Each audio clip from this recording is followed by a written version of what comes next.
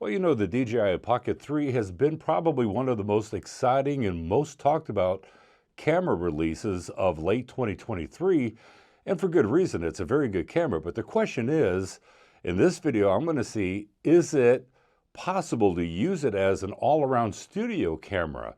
And that's coming right up.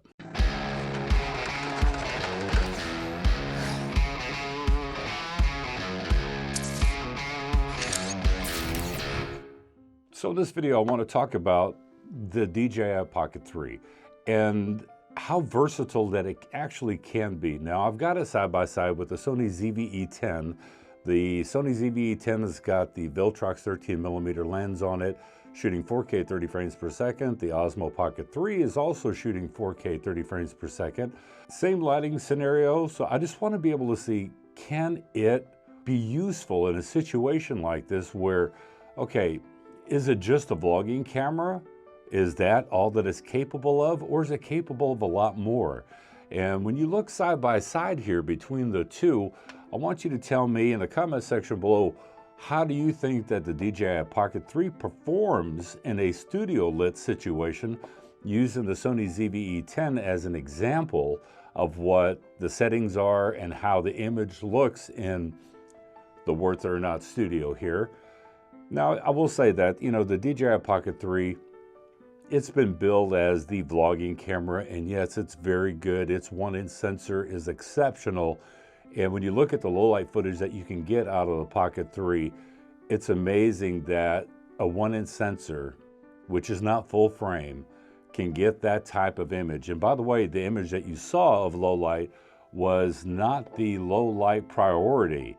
It's just normal. So for me, I thought that normal looked better than low light priority, but you know, everybody has their own preferences. But for me, I thought the low light priority looked really good. But the reason that I'm doing this video is because the Pocket 3, I mean, if it's just built as a vlogging camera, then I think that a lot of people are missing out because, you know, yes, winter months are coming up. A lot of people don't want to go out and go vlog in the wintertime. The Pocket 3 is not waterproof, so you're going to have to kind of keep that in mind, especially if you're out in snowy situations. I think that the Pocket 3 is capable of so much more than what we actually give it credit for. Now, yes, it does have face tracking, so when you move around the scene, it can follow you. I don't have that on right now. But the biggest thing to me is, yes, you can use it as a vlogging camera. Yes, it comes with a extra battery. It comes with the wireless microphone, which I think sounds really, really good. And I love the fact that it does record internally 32-bit float audio, which is a big deal for those that are really worried about if you whisper or if you talk really loud. You don't have to worry about the audio clipping.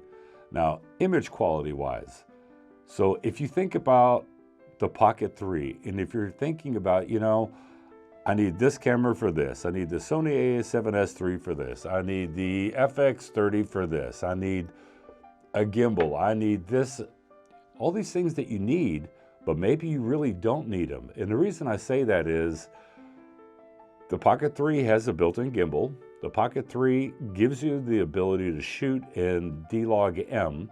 So for those of you out there that like to shoot 10-bit and a nice flat log profile, you have that capability with the Pocket 3.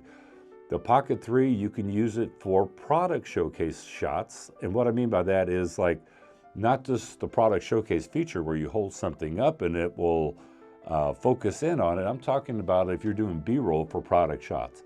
You can do that like you see here in the studio setting with studio lighting and still get really some phenomenal results. I think that the Pocket 3, and right now I've got it on a little tripod and I've got the little extender on the bottom of the Pocket 3 since it has a 1/4-20, and I just have it on a tripod right next to the Sony ZV-E10 so that we can see side by side, but it's very easy to set up. You could do it on an overhead rig like what I've got here with the Sony ZV-1. And in a lot of ways, I mean, if you think about it, yes, okay, it is a very expensive camera. No doubt about it. Yes, you have to be a little bit more cautious and careful with how you handle the Pocket 3 because, you know, it's not like grabbing a APS-C size camera or a full frame camera where you have to not worry so much because the build quality is pretty robust on it, or a gimbal that's pretty robust. By the way, I'll be talking about this FXhome MT2 in a future video. I'm still doing the final wrap-up review on this thing, but you do have to be a little bit more careful with the Pocket 2.